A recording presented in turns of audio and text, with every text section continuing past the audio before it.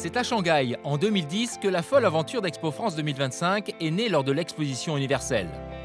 Une aventure qui est passée par de nombreuses étapes. Expo France 2025 a d'abord voulu s'appuyer sur les forces vives du pays, les entreprises et les jeunes.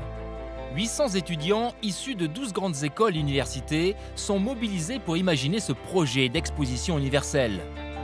En 2014, après 2 ans de réflexion avec les entreprises, de nombreuses idées sont lancées pour donner une impulsion à cette candidature. Parmi elles, mettre l'hospitalité au cœur du projet. L'idée, c'était aussi de faire l'hospitalité, qui peut paraître une faiblesse de notre pays, d'en faire une véritable force et une source d'innovation pour mettre en valeur nos savoir-faire.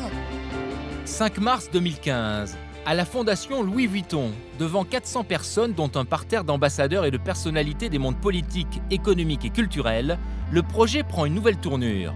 Avec ce slogan, « Au cœur des territoires s'ouvre celui des hommes ». Message clair, universel, pour stimuler l'envie d'accueillir, de faire découvrir et de partager. En 2015, les échéances vont s'accélérer. Les députés valident à l'unanimité le projet d'une candidature de la France, promise quelques mois auparavant par le président de la République. Oui, la France va déposer sa candidature pour l'exposition universelle. L'exposition universelle, c'est 50 millions de visiteurs possibles.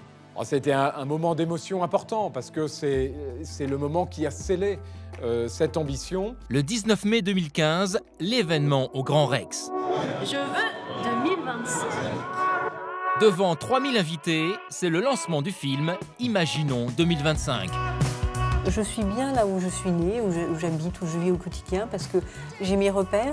Et en même temps, je peux aller à New York ou à Paris, et ça m'apporte énormément, en fait. Et l'Expo universelle, c'est ça, finalement.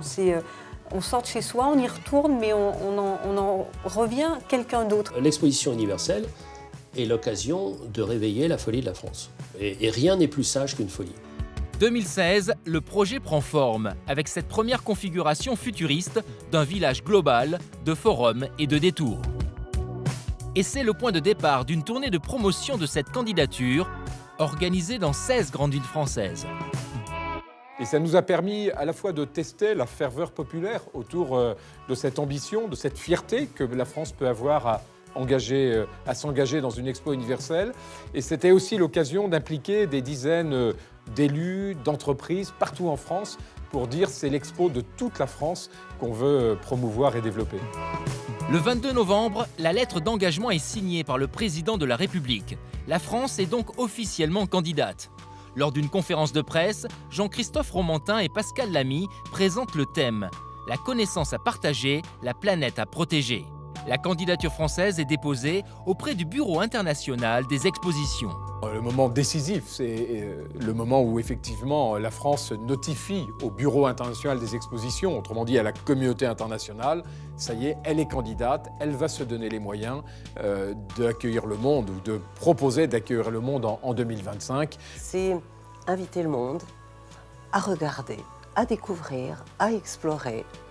C'est inviter le monde à partager la connaissance, puis à échanger sur les enjeux. Préserver, protéger notre planète, si belle mais si fragile. Le 30 novembre, Jean-Christophe Romantin présente la candidature aux députés en rappelant qu'il s'agit d'un projet pour toute la France. Dans la diversité de nos territoires, dans la diversité de nos cultures, dans la diversité de nos entreprises, avec la même idée que celle qui a présidé aux grandes expos du 19e, que tout un pays se mette en mouvement pour accueillir le monde.